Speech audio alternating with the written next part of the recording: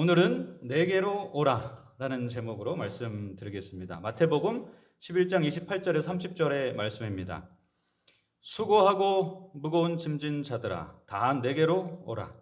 내가 너희를 쉬게 하리라. 나는 마음이 온유하고 겸손하니 나의 멍에를 메고 내게 배우라.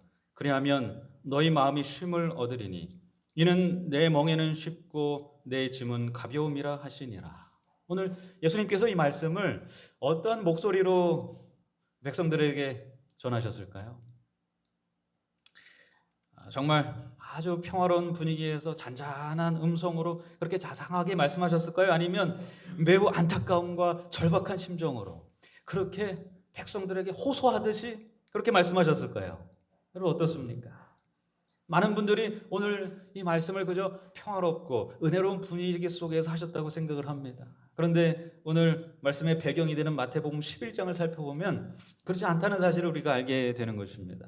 여러분, 성경의 배경을 우리가 알 때 우리 성경을 오해 없이 이렇게 읽을 수 있게 되는 것입니다. 마태복음 11장에 보면 예수님께서 이제 제자들에게 전도 훈련을 마치시고 직접 제자들을 이끌고 갈릴리를 전도하러 나아가십니다. 그런데 갈릴리를 복음화 시키는 예수님의 발걸음, 여러분 어떻습니까? 장애가 많았을까요? 아니면 그저 평탄했을까요? 네, 여러 가지 장애가 나타나기 시작합니다. 그 중에 예수님의 마음을 아프게 한 사건이 마태복음 11장에 나오죠. 바로 침례 요한입니다. 여러분, 침례 요한조차 예수님의 사역을 100% 이해하지 못했습니다. 침례 요한의 메시지는 무엇이었습니까? 메시아가 오시면 심판하신다였어요. 알곡을 모아서 곡간에 드리고 쭉정이는 불태우신다. 그것이 바로 이 침례 요한의 메시지였습니다. 그런데 예수님께서는 오셔서 어떻게 하셨어요? 희년을 선포하시고 마음이 상한 자를 위로해 주시고 그들의 죄를 용서해 주셨습니다. 그리고 병자들을 고쳐주시고 가난한 자들과 심지어는 먹고 마시면서 어울리시고 죄인들과 예수님이 함께 하셨어요. 침례 요한이 무엇인가 이해 안 되고 헷갈릴만 한 것입니다. 여러분, 그러한 침례 요한에게 예수님께서는 메시아의 사명은 심판의 기별만 있는 것이 아니라 그 전에 희년의 선포가 있어야 된다. 하나님의 나라로의 초청이 먼저 있어야 됨을 이해시키셔야 했던 것입니다. 그런데 사실 문제는 다른 데 있었습니다. 침례 요한은 어떻게 보면 그럴 수도 있을 것 같아요. 그런데 더 큰 문제는 무엇이냐면 예수님께서 특별히 많은 이적을 행하시면서 전도하신 곳, 여기에 고라신과 벳세다와 가버나움, 여러분 이 지역에 있는 많은 사람들이 특별히 그 당시 유대 지도자를 중심으로 예수님의 기별을 어떻게 했어요? 반대하고 나섰습니다. 가면 갈수록 시간이 지나면 갈수록 반대가 심해졌어요. 여러분, 이들은 침례 요한의 심판의 기별뿐 아니라 예수님의 그 희년으로의 초청, 하나님의 나라로의 초청조차 받아들이지 않고 반대를 하는 것입니다. 그것을 예수님께서 아이들의 놀이로 예를 들어서 말씀하셨죠. 이 당시에 아이들에게 결혼식도 장례식도 놀이로 변했습니다. 그래가지고 결혼식을 하면 어떻습니까? 막 피리를 불고 이제 합니다. 그러면은 다른 아이들은 어떻게 해야 돼요? 막 춤을 추고 해야 돼요. 춤추지 않는 것입니다. 그러면 막 호통을 치죠. 아니 너희들 내가 피리 부는데 왜 춤 안 추냐고 합니다. 장례식 놀이는 아이들이 어떻게 했을까요? 막 슬퍼옵니다. 그러면 다른 아이들은 어떻게 해야 돼요? 이게 막 가슴을 쳐야 돼요. 근데 멀뚱멀뚱 가만히 있는 거예요. 그럼 또 혼냅니다. 아니 내가 슬퍼하고 울면 가슴을 쳐야지 뭐 하고 있냐고 그렇게 말하는 것입니다. 예수님께서 이것을 빗대서 그 당시에 갈릴리 지역의 사람들의 형편을 말씀하신 것입니다. 그들은 침례 요한의 기별도 심지어 예수님의 기별도 심판의 기별도 초청의 기별도 받아들이지 않고 반응하지 않았습니다. 그러시면서 예수님께서 그들에게 뭐라고 말씀하시는 거예요? 그들을 호통하시면서 그들에게 경고하시면서 하신 말씀이 무엇입니까? 수고하고 무거운 짐진 자들아, 다 내게로 오라. 내가 너희를 쉬게 하리라. 여러분, 그러므로 이 말씀을 예수님께서 어떻게 하셨을까요? 그저 편하게만 말씀하지 않으셨을 것입니다. 수고하고 무거운 짐진 자들아, 다 내게로 오라. 내가 너희를 쉬게 하리라. 예수님께서는 절박한 심정으로, 안타까운 마음으로 그들에게 말씀하시는 것입니다. 여러분, 그렇다면 이 말씀에서 수고하고 무거운 짐진 자들은 누굴까요?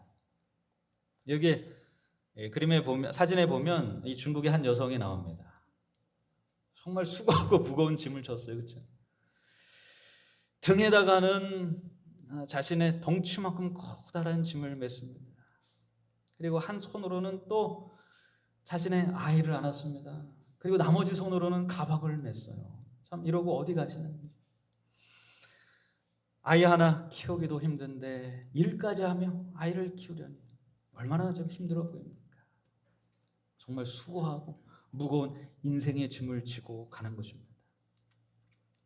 그런데 예수님께서 말씀하신 수고하고 무거운 짐진 자들은 단순히 먹고 살기 위하여, 생계를 위하여 이렇게 짐을 지고 가고 있는 사람뿐만 아니라 특별히 희년을 기다리며 수고하고 무거운 짐진 자들 향해 말씀하시는 것입니다. 여러분, 희년이 무엇입니까?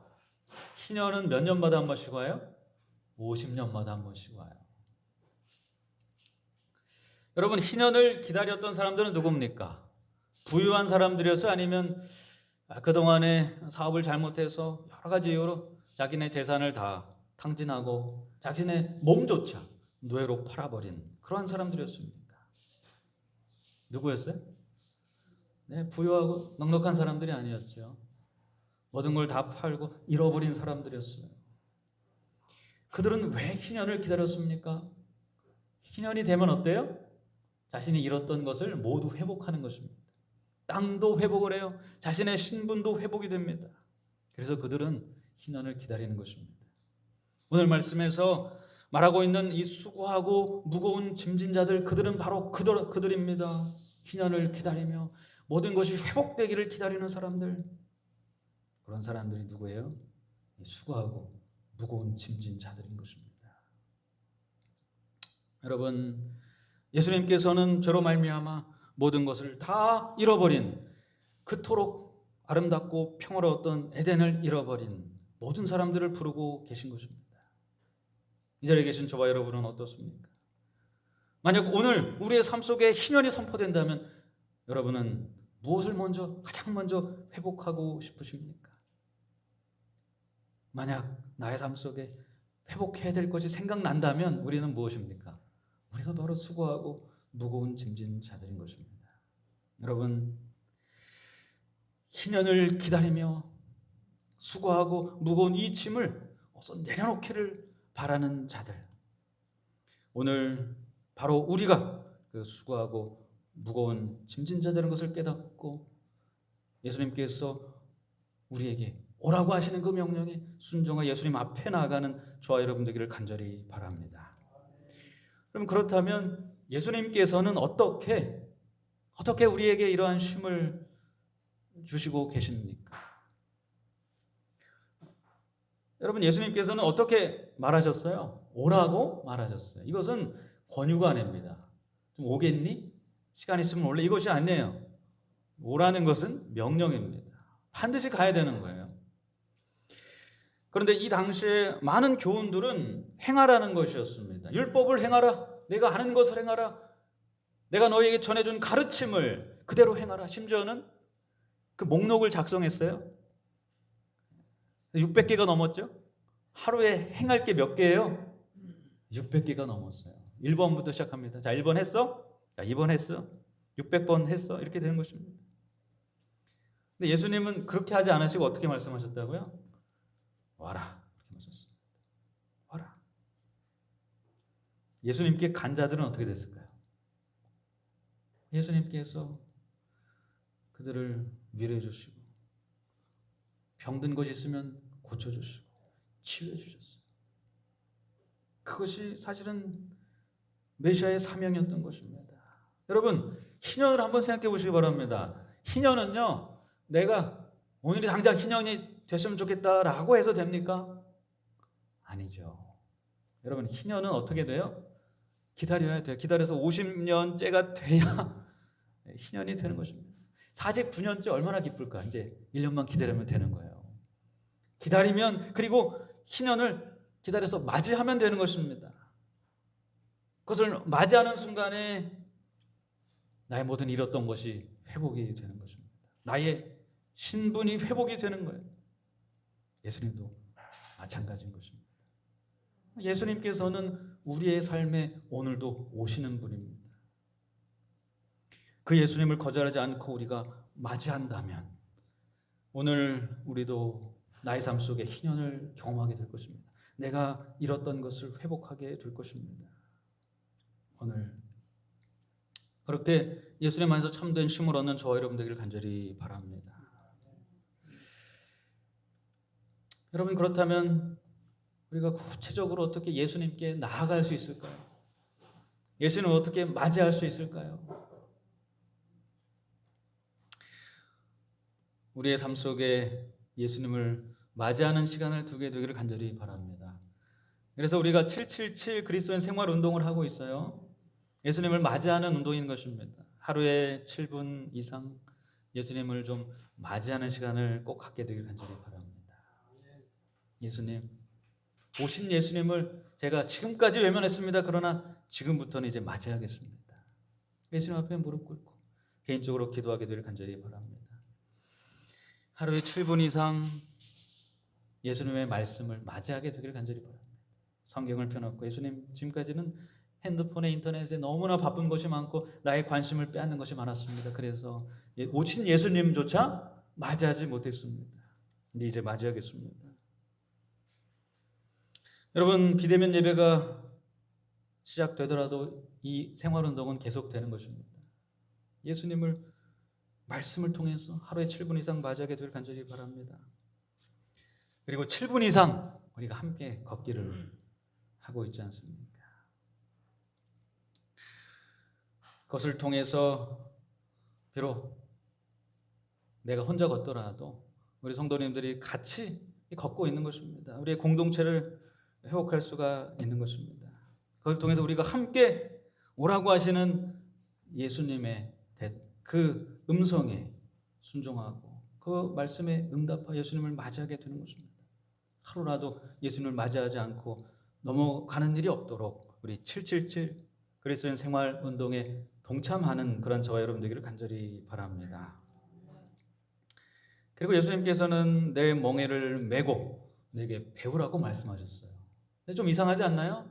방금 전까지는 오면 쉬게 해주겠다 이렇게 말씀하셨는데요. 이제는 뭐라고 말씀하세요? 내 멍에를 메고 내게 배우라 하는 것입니다. 좀 이상하죠? 여러분, 이 멍에가 무엇입니까? 이 앞에 보이는 것이 멍에입니다. 사실 멍에는 소와 말에게 씌우는 거죠. 그리고 주인의 뜻대로, 주인의 목적대로 그들을 일을 시키기 위하여 이렇게 씌우는 것이 멍에인 것입니다. 그런데 예수님께서는 내 멍에를 메라 이렇게 말씀하셨어요. 여러분, 우리가 그리스도인이 된다는 것은 단순히 내 개인적인 만족을 위해서 되는 것은 아닙니다. 내 마음이 편하고 좋고 그래서 이렇게 자기 만족을 위하여 그리스도인이 되는 것이 아니에요. 우리가 그리스도인이 된 순간에 자발적으로 예수 그리스도의 그 구원 사역에 동참하게 되는 것입니다. 그 자발적인 순종이 그리스도의 멍에인 것입니다. 여러분, 희년이 되면 그저 백성들의 삶이 조금 나아지는 것이 아니라 어떻게 돼요? 그들의 존재 전체가 바뀌는 것입니다. 노예에서 해방이 되는 거예요. 그들이 땅을 잃었었는데 조상들의 땅을 되찾게 되는 것입니다. 존재가 바뀌어요. 예수님으로부터 구원을 받는다는 것, 그분 앞에 쉼을 얻는다는 것은 이것과 같은 것입니다. 우리의 존재 전체가 바뀌는 거예요. 그 순간에 우리는 그분의 그 구원 사역에 동참하게 되는 것입니다. 우리 모두 그러한 쉼을 얻기를 바랄 수밖에 없는 것입니다. 그래서 억지로가 아니라 어떻게 해요? 자발적으로 그분의 멍에를 매게 되는 것입니다. 그래서 그분의 멍에는 무거운 것이 아니라 쉽고 가벼운 것입니다. 왜냐하면 자발적으로 매기 때문에 그래요. 오늘 우리의 삶에도 그리스도의 멍에를 기꺼이 내가 매는, 자발적으로 순종하는 그런 놀라운 역사가 있게 되기를 간절히 바랍니다. 그것은 무엇이냐면 우리가 진짜 구원을 경험했다는 뜻이기도 한 것입니다. 사실 이것은 아버지 하나님과 예수님과의 관계에서 잘 드러납니다. 아버지 하나님께서 인류를 구원할 뜻을 갖고 계셨어요. 그런데 그 뜻에 누가 동참합니까? 예수님께서 기꺼이 동참하시는 것입니다. 그리고 순종하시는 것입니다.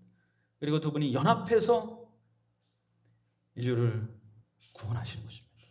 이 연합이 바로 멍에인 것입니다. 이렇게 한 뜻과 한 마음으로 연합하여서 구원 사역을 해 나가는 것, 그것이 예수 그리스도께서 말한 그리스도의 멍에인 것입니다. 오늘 이러한 멍에를 기꺼이 기쁜 마음으로 감당하는 저와 여러분 되기를 간절히 바랍니다. 여러분, 우리가 사실은 그리스도의 사랑을 나누는 것, 억지로 하면 너무나 어려운 일이에요. 하지도 못할 일이에요. 그러나 삼위일체 하나님께서 연합하셨듯이 그렇게 그리스도에 우리가 연합하여서 그분께서 베풀어 주신 그 구원이 너무나 좋아서 우리가 주변 이웃들에게 사랑을 자연스럽게 나눌 수 있다면 그보다 기쁜 일이 더 어디 있겠어요. 그것은 더 이상 짐이 아닌 것입니다. 이 자발적인 헌신, 그것이 우리의 헌신이 되기를 간절히 바랍니다. 그리고 예수님은 계속해서 말씀하십니다. 나는 마음이 온유하고 겸손하니, 이렇게 말씀하셨어요. 여러분, 예수님의 마음이 온유하고 겸손하다는 뜻은 무엇일까요? 예수님께서 착하시다는 뜻일까요? 단순히 예수님께서 착하다는 뜻이 아니죠. 구약 성경에 보면 세상에서 가장 온유한 사람이 나옵니다. 누굽니까? 모세입니다. 모세는 세상에서 가장 온유한 자로 인정이 된 자예요. 왜 모세가 온유한 자입니까? 모세는 성격이 어때요? 화끈했어요. 우리가 생각하는 온유하고 좀 멀어 보여요. 그러나 모세는 하나님께서 모세에게 명하신 일, 이스라엘 백성을 애굽에서 구원해내는 일, 그 일을 하기로 그가 동의하고 거기에 순종합니다. 심지어는 백성들이 반역했을지라도 포기하지 않아요. 그리고 자신의 목숨을 버리고라도 그 일을 진행하고 하나님의 뜻에 순종하기로 그가 결심하는 것입니다. 그래서 모세는 세상에서 가장 온유한 자예요. 예수님 어떻습니까? 여러분, 모세는 인류를 대신하여 대속 제물이 될 수는 없어요. 그러나 예수님께서는 하나님의 뜻에 연합하여 인류를 위하여 대속 제물이 되시기로 결심하십니다. 그리고 십자가에 달려 죽으시기까지 순종하시는 것입니다. 심지어는 부활하시고 나서 지금도 하나님 앞에 우리의 중재자가 되어 주셨어요. 계속해서 구원 사역을 이루어 나가시는 것입니다. 그렇게 하나님의 뜻에 끝까지 순종하는 그런 예수님의 마음, 그것을 예수님께서는 내 마음이 온유하고 겸손하다, 이렇게 말씀하셨습니다. 오늘 우리도 이러한 온유하고 겸손한 예수님의 성품을 담는 우리 모두가 되기를 간절히 바랍니다. 하나님께서 우리에게 부탁하신 구원 사역, 그것을 끝까지 이루어 나가는 모두가 되기를 간절히 바랍니다. 그렇기 때문에 사실은 구원받지 못할 만큼 자격이 없는 사람은 세상에 없어요. 이게 무슨 말입니까? 무슨 말이냐면 예수님께서는 아무도, 어떤 사람도, 심지어는 내가 구원받을 자격이 없어라고 생각하는 사람조차 포기하지 않고 끝까지 구원하신다는 것입니다. 왜냐하면 그분은 어떤 분이에요? 온유한 분이에요. 그리고 어떤 분이에요? 겸손하신 분이에요. 그분은 우리를 끝까지 구원하실 것입니다. 여기에 한 사진이 있습니다. 비가 오는 중에 이 마라톤 하는 사진입니다. 그런데 여기 보니까 이 아들의 손을 꼭 붙잡고 이 아버지가요, 아들과 함께 달리고 있어요. 그런데 한번 자세히 보세요. 여기 아들의 모습이 조금 이상합니다. 좀 불편해 보여요.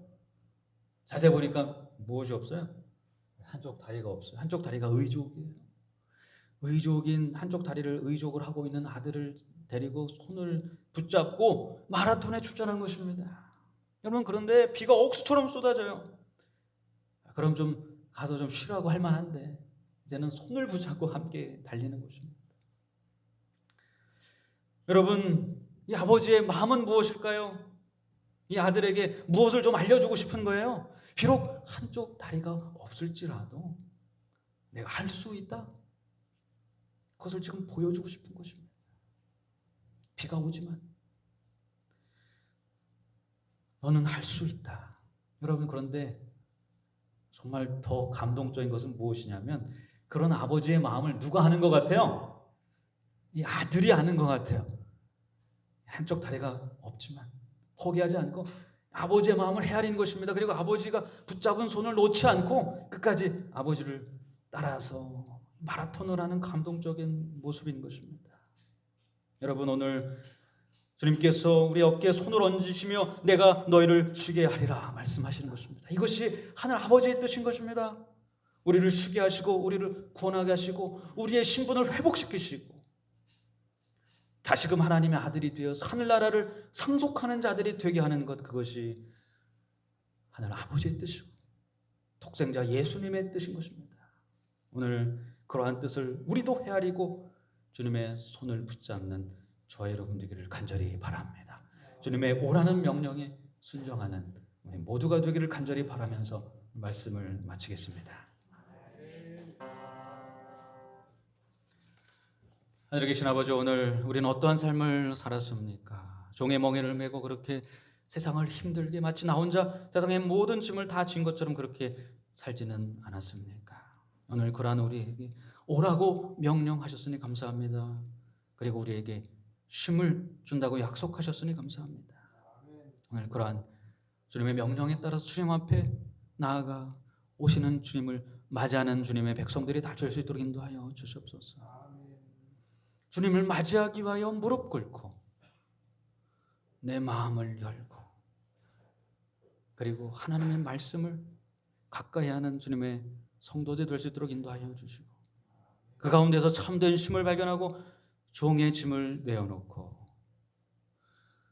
결국에는 나에게 이런 평화와 쉼을 주시는 하나님의 사역에 자발적으로 동참하겠다는 그런 그리스도의 멍에를 매는 진정한 주님의 아들로 거듭나는 주님의 백성들이 다 될 수 있도록 인도하여 주시옵소서. 우리의 매일의 삶이 그리스도를 그저 내 옆으로 지나가게 하는 삶이 아니라 나에게 오시는 주님을 맞이하는 삶이 되어서 참된 쉼과 평화 속에 거하는 주님의 백성들이 다 될 수 있도록 축복하실 것을 믿고 바라오며 참된 사랑이신 예수님의 이름으로 기도드렸습니다.